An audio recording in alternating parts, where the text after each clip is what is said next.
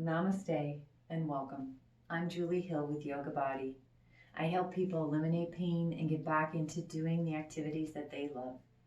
I work in the world of yoga therapy, muscle testing, personal training, and energy work to help people grow awareness for what their movement patterns are, to quiet down compensations and find more efficiency in the movement. And today we're going to focus in on the hips and the legs and the relationship in between. And so I have a blanket here and I'm sitting on a block. You may want this handy or nearby, something to grab onto. Could be a chair.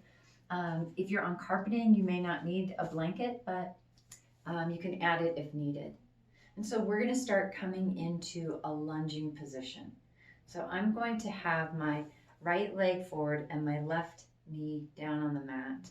And I'm not coming into a stretch. I'm not leaning forward. I want my pelvis neutral, right? Hips as level as they can be. And you'll notice that I have my back foot turned under. So I'm really working to connect my back pinky toe and the toe next to it into the floor, which on this particular side is a little challenging for me, right? We're going to start looking at the relationship of the adductor muscles to the abductor muscles and how they work to hold that bone into its socket to give the pelvis stability through this back leg. And so we'll start out just simply allowing yourself to be upright here. If you need to add padding under your knee, please do. If you have trouble flipping that back foot under, that might be the better place to start rather than coming right into this.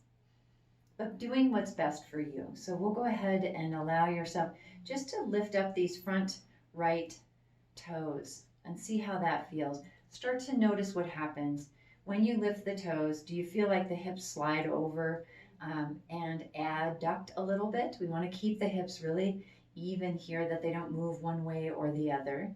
You can lift that up and just notice how solid you might feel. Certainly a great place to play. You could lift up the heel, right, and see how that feels. And then just allowing a little bit of lightness through this front foot, a lot of connection through the back, right? And breathing and noticing if you're holding through your jaw or your shoulders or any of that. If you're feeling pretty good, pretty stable with that, you can play around with the idea of letting this front foot just gently lift up, right? And letting it come up and back down. And then noticing what happens there. Does the hips want to adduct over to the side, right? Can we keep this really connected and level? Maybe you bring your hands together and start to refine the movement, making it more gentle on the way up and soft landing down. Do you pull backwards when you go to lift this leg? These are all indicators about what's going on in that relationship. Does the foot want to rotate so that those two toes I talked about come totally off the floor? Can you keep it in such a way that builds more connection there? And then what are you feeling in the muscles there? So that's a fun place to play. So we'll go ahead and do that on the other side as well. So taking a moment to switch sides. And again, if it's not okay for you to be on the knee, you can add some blankets underneath it, or you may choose to pass on this. But adding a little flip under of the toes there, working to connect that back pinky toe, right, and the toe next to it, finding this even place where the hips are really level and that you're not grabbing in jaw, cheeks, right, shoulders, nothing tensing, all is easy. And then feeling this front foot on the floor here, building stability between the inner and outer stabilizers for the hip. And we can start to lift up the toes and see how that feels and lift up the heel, right? Just checking in with how stable does that feel? Do you feel like you're shifting your weight over, like hips are sliding over to the right, right? If I do it directly at the camera, is there just a little lift and there's a slide with the hips? We want to keep this all really level and level even, right? And not swaying one way or the other. You can do the heel, you could do the toes. Just that's a great place to start. When you get a little bit of mobility in this front foot, leg, and there's nothing happening up the chain or down, then we know that these muscles are working in harmony with each other. You can take it from there and start to lift up the foot, right? Coming into just a gentle lift up and a soft lowering down. You could work to bring the hands together with that, right? I'm not working to necessarily hold the foot in the air.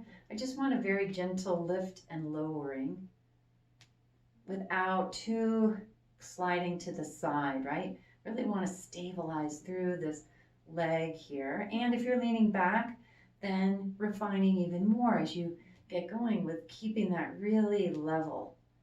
Good. If you want to play a little bit further, you can add on. We could take the idea of coming up into standing without leaning forward.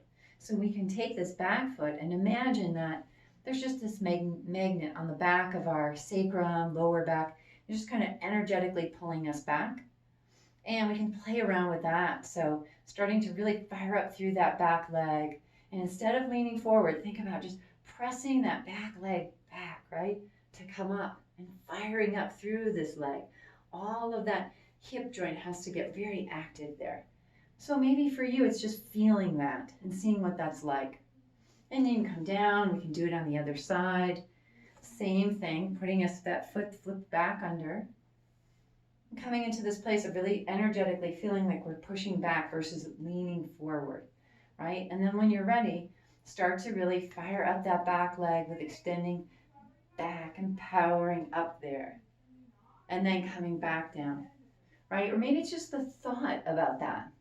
And that's where you start building, creating those connections. So if you have any questions about what we did, lots of information in a very small period of time, feel free to reach out to me, julie@yogabodylllc.com. I look forward to hearing from you. Here's to a happier and healthier you. Namaste.